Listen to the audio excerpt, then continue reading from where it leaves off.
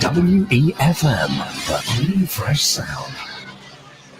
WhatsApp us or call us at 457-9997. Activated Mornings on WeFM 99.9 is on now.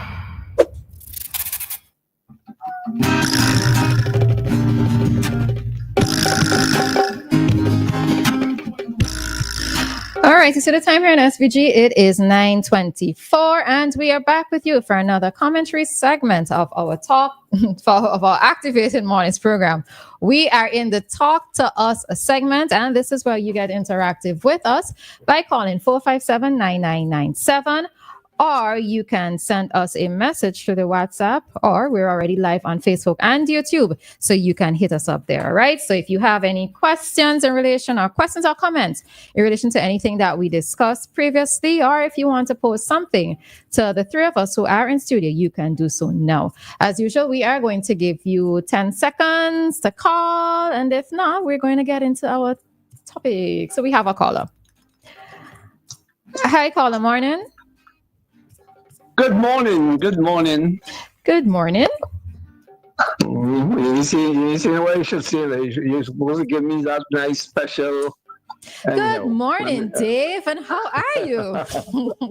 Oh, that sounds better. I wish I was like you, especially to make somebody jealous or whatever, you know. Good morning, Dave. How are you? Anyhow. You see in life, you really have to have the mental faculties together, because while I'm speaking like this, I have had a death in my family, and I don't know if the word has reached Dr. Thompson, because he would have known Ken. Oh my Ken gosh. passed away. When? Ken passed away on Sunday morning.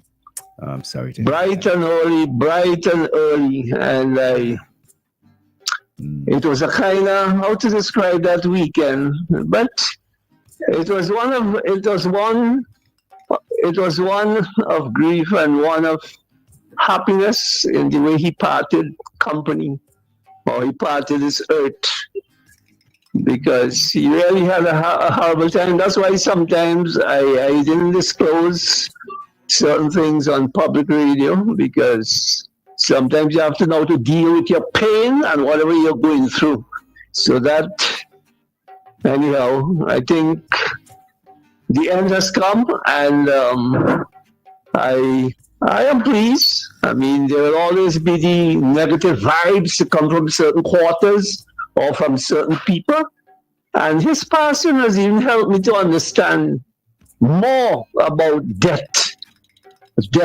I've been speaking about death for a long time too. I have gone publicly and said I'm always concerned about death, because no one knows the hour, the time, whenever death will come. And some of us, what makes me think about it is how some of us live our lives as though we don't understand what life is all about. And maybe we'll never get to understand what life is all about. But be that as it may, I was happy that he died with all his senses, because the nurse that was with him said, when she saw she said, "Would you like me to pray with you?" And he said, "Yes." She prayed with him, and at the end he asked her, "Are you finished?" And he said, "Well, this is it. This is it," and that was how it was. In truth, this is it, his last parting word. My only regret is that he called my other brother, Ted, who couldn't get in the hospital at the time he responded, and all that time I was sleeping, because it happened to weird hours of the morning. So I have learned a lot, that you have to be prepared at any time. It doesn't matter what hour, 24 hours in one day. You have to be prepared to get the good news, the bad news, the sad news, and all of that. But I just made that public announcement, and so that everyone who may have something to say, good or bad, will hear the news. Thank All you. right. Have a good day. All right. Well, we are offering our condolences to you and the rest of your family on the passing of your brother. All right. So hope that somehow you would find something to be comforted by. All right, in his life and what his life Thank was you. about. All right. So condolences.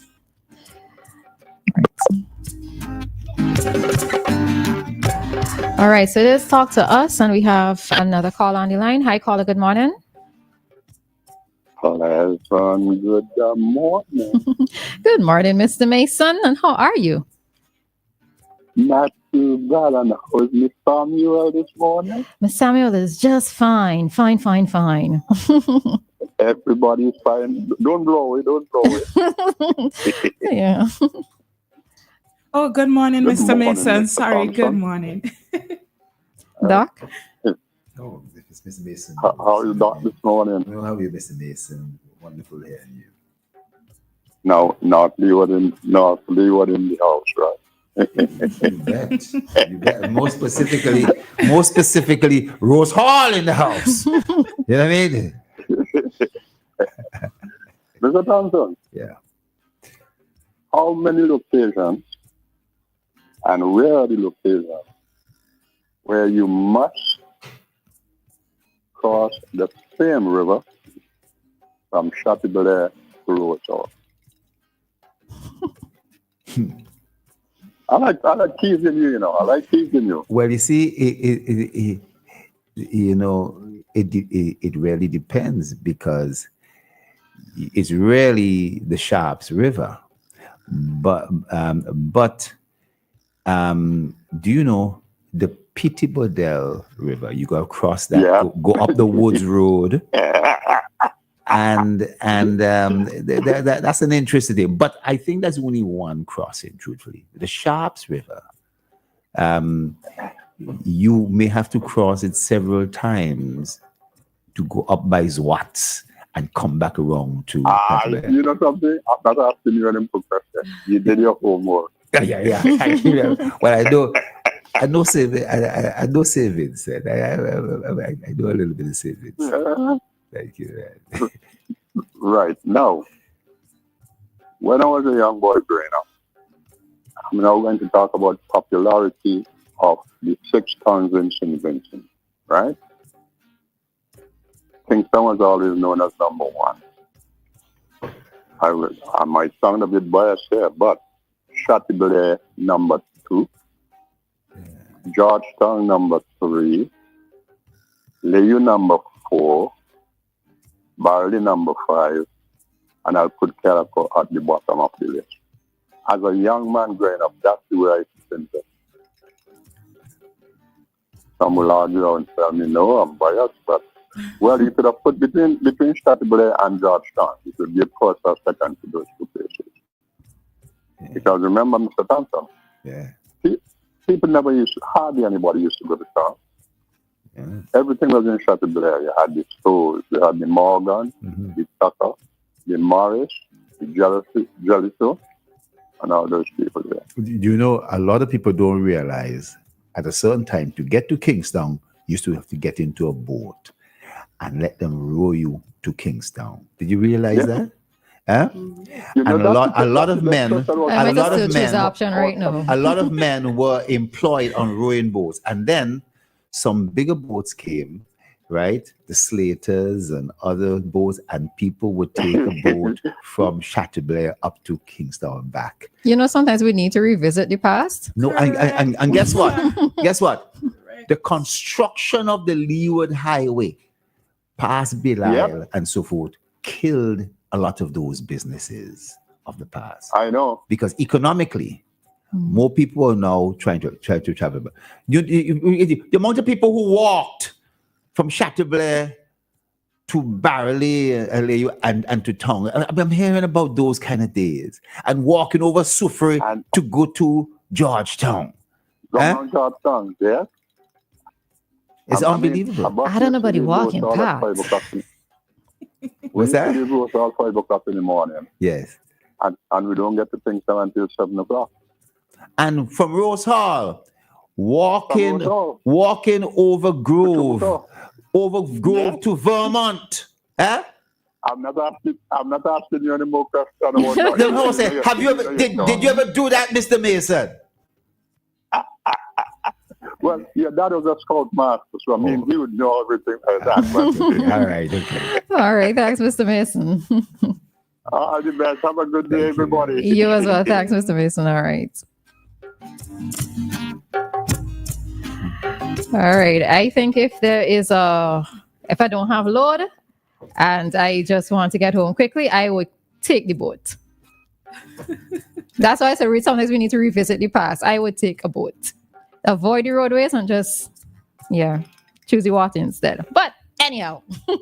All right. So Somebody troubling you here, really, sir. somebody troubling Somebody me. was asking if you need a visa to go to Rosa, like they need to go to your village. Ask Doc. You don't need a visa. Up there, it's fresh air. You kind of breathe it. You have asthma and all that kind of. You go up there and breathe in that air, boy. You feel good. All right, so we are in our Talk to Us segment, and if there aren't any other callers, we are going to go ahead into our topic at this time. All right, so we have an interesting one. Well, at least I think it's interesting. Let us know. All right, should you lend money to a romantic partner?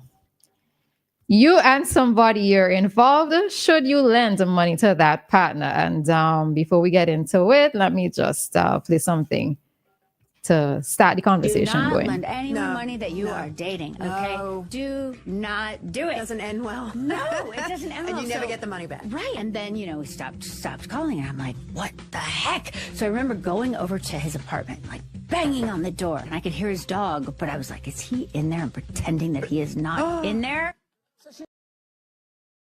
All right, so she lent her partner money, and it seems like he was trying to avoid her. This is Charlotte from from Sex and the City, the actress, right? Yes. Yes. All right. So, what are your thoughts? Should you lend your romantic partner money? Dianna, first up you. Hey, why you starting with me? I would say yes. I cannot say no to lending anybody money at all. Some people are going to be honest, some people are not going to be honest. I've benefited from people lending me money, so it wouldn't be right for me to say, nah, I don't lend anybody money. Your romantic partner, I still would say yes, but you have to know your partner. You're gonna have to figure out who the person is and probably do all your calculations and decide what is what and who is who. One of the things somebody has said, don't lend what you can afford to lose. That's what I've heard people say. So you could probably use that to guide you, but I wouldn't say no. Doc, I just asked for your class. You may have to do that from time to time because people's fortunes change. The question, do you lend money to a romantic partner? Mm-hmm. It may make that romantic partner feel that much stronger about you, you know what I mean? And appreciate you more. It doesn't necessarily mean that it will be downhill. True. But it can be. Yeah. So if you have to draw a red line in the sand and say don't lend, for sure, you're losing that romantic partner, maybe to someone else who is going to lend. Whether that relationship starts or doesn't continue, that person who lends now has access to that romantic partner. All right. So I didn't get to hear the whole thing because I was a bit distracted for a second. But all right. So my take on it. Dianna is correct, and she's saying lend only what you can afford to lose, right? I think that when you're in a relationship, really and truly, it should be the two of you going at whatever it is together, right? One of the things, though, is that sometimes money causes relationships to fall apart because you are expecting that this person is going to pay you back in full and pay you back in a timely manner or under the terms and conditions under which it was lent, right? We know how it is that when somebody owes us money that we are... Okay, when we lend somebody money, it's not that you see a dollar sign written on their forehead, But every time you meet them, you remember they owe you money. So you see that dollar sign on their forehead, right? Whether it's deliberate or not, you're going to see it. And you don't want for that to happen with a partner. I also remember, though, that there was a situation with Mick Jagger and his girlfriend, or at least his girlfriend at the time of the situation. She had committed suicide. And one of the reasons I think that it was stated why she committed suicide was because she went into bankruptcy or something to that effect. She had money problems. And I remember when I heard that, I was like, but your boyfriend is a millionaire. Should you be going through things by yourself financially, knowing that your partner can be able to assist? Now, can be able to assist and wanting to assist is probably two different things. Yeah. But I do know that if you're in a relationship, you kind of look to each other for support. And sometimes support also comes in a financial context, right? I do know that it's difficult sometimes for persons to reach out to their partner to even ask for money, because especially men, well, not all men, let me just, but there are some men who are not going to reach out and ask for financial assistance because they don't think that a woman should be assisting them financially, right? But I don't think that if you are under a certain financial strain and that your partner has it, that you should not approach them and ask them to give that assistance, but repayment in a timely manner. I want to say, in some societies, is it that some women also feel that to be with me, you have to give me money, not lend me. It's a gift. Give me that gift, so that once you give me money, it's a gift. When most people do give money, it isn't given with a contract. Mm-hmm. You will pay me back in sign here and so forth. Money is handed over as a loan, but it's open-ended as regards when it will be paid back. But my perception is that you'll pay me back at the end of the month, right? And the other person's perception is that I'll pay you back later. Later could be greater. And in the sense that worse is that if it's considered to be a gift, or if I perceive, well, I have done these other things for you, I've cooked for you and so forth, or that I helped to repair a broken down door you had, so it wipes off that loan gift. Yes, Anne? But you know, when I think of that, it needs to be explicit though, because if I have loaned you $50 and I have cooked food for you, I want back my money, right? I want back my, I don't want in lieu of. But because if you lend me $50 and I come out with a piece of paper and I have 6-7 pages of clauses and so forth, if this happens, no, and if that does, and whereas this, that, and so forth, you go crazy. You do all that for $50. This is like, okay, so I lent. But the $50, so it's usually done. I am giving you $50. Pay me back when you can. You know. I'm looking at this in the context of, okay, so I've loaned you $50, and let's say you're coming by me and you bring food for both of us. Do I deduct it from the $50, or am I still expecting my whole $50? And these are the things that happen in relationships. Somebody's keeping check. Or if I see you depressed and I come and cheer you up and massage your neck, or do various things for you, I go and bring your water and so forth. I work several days. I chop your yard, clean your yard, which you would have had to pay somebody $50, $60 a day to do that. Does that write off that particular? Nah, I need explicit. I need for it to be explicit. Say that I want back my $50. And so that's why people then present a counter bill, you know, in terms of what all I did for you. You may have to pay me for that too. All right, so let's see what persons are saying. Right, so one person here says, I don't lend money to anyone. I give what I can afford. The only person you lend money to is like paying them off for the time of being a friend. Another person says, I will not lend my partner money. So from my man, yeah? Say why, yes. Okay, no, not that one. Let's see again. Somebody says, no, please. The romantic partner always owns your bank account, so you don't have to lend anything. I don't expect to get it back or something like that. Okay.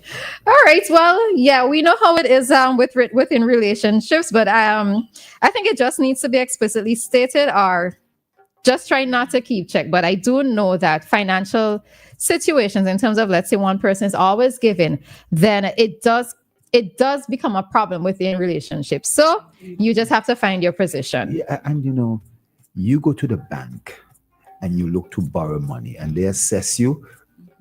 And they come back and say, sorry, we can't give you a loan. Or they may say, oh, yes, we can give you a loan, and so forth. You do get loans and you don't. And the same way in a romantic, you got to make the assessment. You got to make the assessment, because sometimes you really do need to give it if you don't want the person to come to hurt themselves or to do something stupid, or go to someone else, go to a loan shark, or go to some person who's going to abuse them for the same amount of money. All right, we have a caller. Let's probably take it for 50 seconds. Hi, caller. You have like 50 seconds. Good morning. Right, it's me again. Now, the Jew man does not lend people money. If you ask a Jew to lend you $10, they will say, here is $5, because they do not expect to get that $10 back. Who is that? Who you said? You said the Jews. Oh, okay. Okay. Okay. Okay, that's interesting. You asked them $10, they said no. I won't lend you. I'll give you $5. Take it. I like that. Right? Okay. All right. All right. So we are going to head on out of our Talk to Us segment. We spoke on the topic, should you lend money to a romantic partner? All right. We are going to head on out at this time and bring to you today's community dateline.